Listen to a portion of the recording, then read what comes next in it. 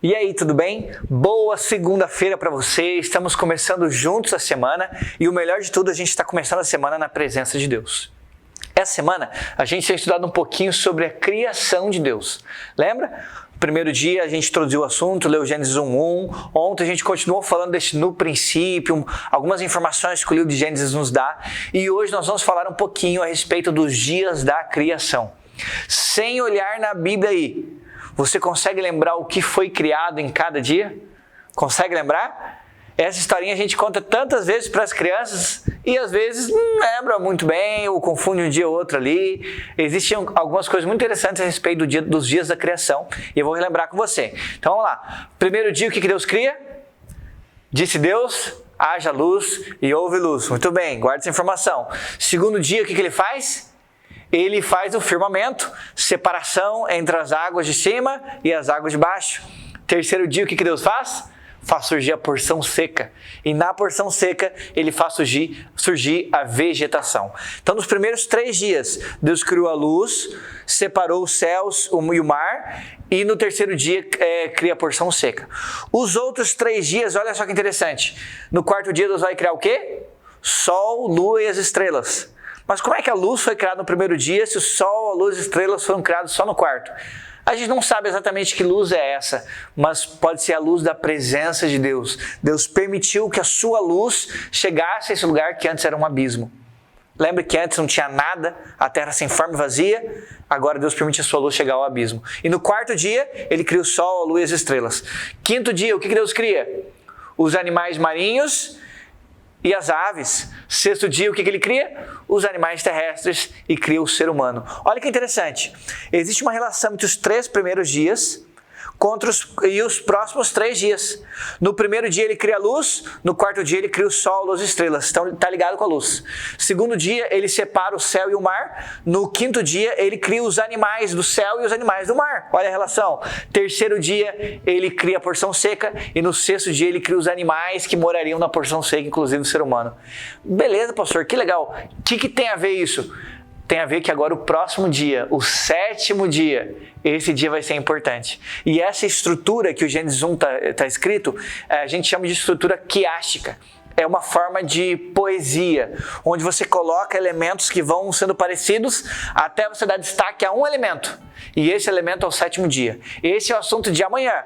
Amanhã nós vamos falar a respeito do que Gênesis 1 estava querendo dar o destaque. Mas esses dias da criação, você já ouviu alguém falar que esses dias da criação eles não são dias literais? Já ouviu alguém falar? Deus criou o mundo em 7 dias, mas a gente sabe que para o Senhor um dia é como 1000 anos é como um dia, então demorou milhões e milhões de anos.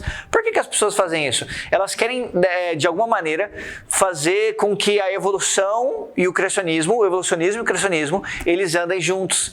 Então eles tentam dar uma misturada e falar assim, a semana da criação na verdade não é uma semana literal e tal. Mas eu estou aqui para dizer para você que a semana da criação é uma semana literal sim. São 7 dias de 24 horas. Mas pastor, como é que você pode dizer isso? Bom, é o que a Bíblia nos fala, olha só. Gênesis 1, verso 3, a Bíblia diz assim: Disse Deus, haja luz e houve luz, e viu Deus que a luz era boa, e fez separação entre a luz e as trevas. Chamou Deus a luz dia e as trevas noite. Houve tarde e manhã o primeiro dia. A Bíblia fala aqui, e a palavra hebraica para dia é a palavra yom, a Bíblia fala que houve tarde e manhã o primeiro dia. Toda vez na língua hebraica que a gente tem a palavra yom, que é dia, seguida de um numeral, a gente está falando de um dia de 24 horas. A Bíblia não está falando de uma semana simbólica que durou muitos e muitos anos. A Bíblia está falando de uma semana literal. Mas pastor, como é que Deus pode criar tudo isso em uma semana? Olha, eu tenho algumas teorias, tenho algumas ideias, mas eu já vou comentar um pouquinho sobre elas. Mas primeiro de tudo, quando a gente se aproxima da Bíblia, e Hebreus 11 vai dizer isso, é preciso que a gente tenha fé. Sem fé não é possível agradar a Deus. Sem fé não é possível enxergar a Deus ou ter esse sentimento de que Deus é o Criador, é o mantenedor. A verdade é que nós temos sim que exercer fé. Existem evidências? Existem. Temos que olhá-las? Com certeza. A ciência e a religião, elas andam juntas. Mas eu não posso esquecer de que para as coisas da Bíblia eu preciso de fé. Mas eu vou dar algumas ideias aqui, né? Algumas pessoas, elas olham para Gênesis 1 e percebam que o verso 1 diz assim: no princípio criou Deus os céus e a terra sem forma e vazia, havia trevas sobre a face do abismo e o Espírito de Deus parava sobre as águas. Algumas pessoas dizem, essa é a teoria do intervalo, que entre o verso 1 e o verso 2 existiu talvez um intervalo. Porque no verso 2 a gente vê que o Espírito está pairando sobre as águas, então já tinha água. Ou seja, algumas pessoas dizem que em algum momento, talvez, da criação, tivesse a terra, só que sem forma, vazia, só com água, não era nada, era talvez um bolo de matéria.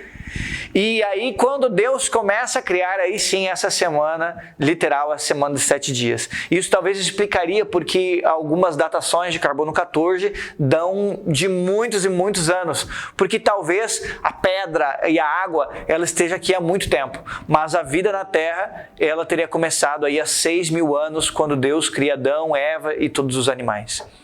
Algumas pessoas gostam da teoria, algumas pessoas não gostam da teoria. Nós, se acreditamos no criacionismo, não temos problema nenhum com essa teoria, porque essa teoria diz que Deus criou o mundo em 6 dias literais e no 7º dia descansou. Independente se você estude bastante sobre o criacionismo ou se você não saiba quase nada, quando a gente se aproxima da Bíblia, a gente tem que ter fé de que Deus é o nosso Criador. E aí eu quero te fazer um desafio. Se você ouviu algumas coisas que eu falei e ficou pensando, mas o que é isso? Nunca ouvi falar disso. Eu quero te desafiar a estudar. Quero te desafiar a ir atrás. Deus, Ele não quer que a gente creia no vazio. Ah, sem ter fé, beleza, não vou te dar nenhuma evidência. Não, peraí, Deus dá evidências. A gente olha para a natureza, a gente olha para a criação, nós vemos evidências de um Criador. E eu quero te desafiar a estudar. E eu vou dar algumas dicas aqui para vocês. Nós temos alguns canais no YouTube com informações muito bacanas. O professor Rodrigo Silva trabalha um pouquinho na parte da arqueologia, tem coisas muito bacanas.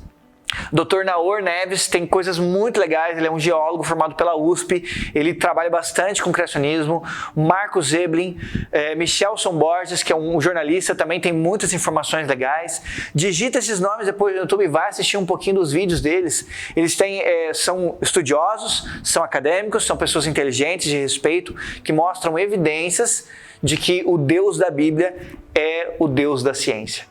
Que Deus te abençoe, que a presença de Deus possa te acompanhar essa semana e que a sua fé ela seja amparada pelo cuidado de Deus e pelas evidências que Deus deixou para cada um de nós. Vamos orar? Querido Deus, obrigado porque o Senhor é o nosso Criador e é o nosso mantenedor.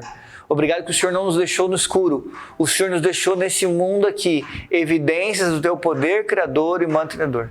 Talvez alguns de nós não sabemos muito sobre essas coisas, porque, Senhor, nós somos dependentes de Ti.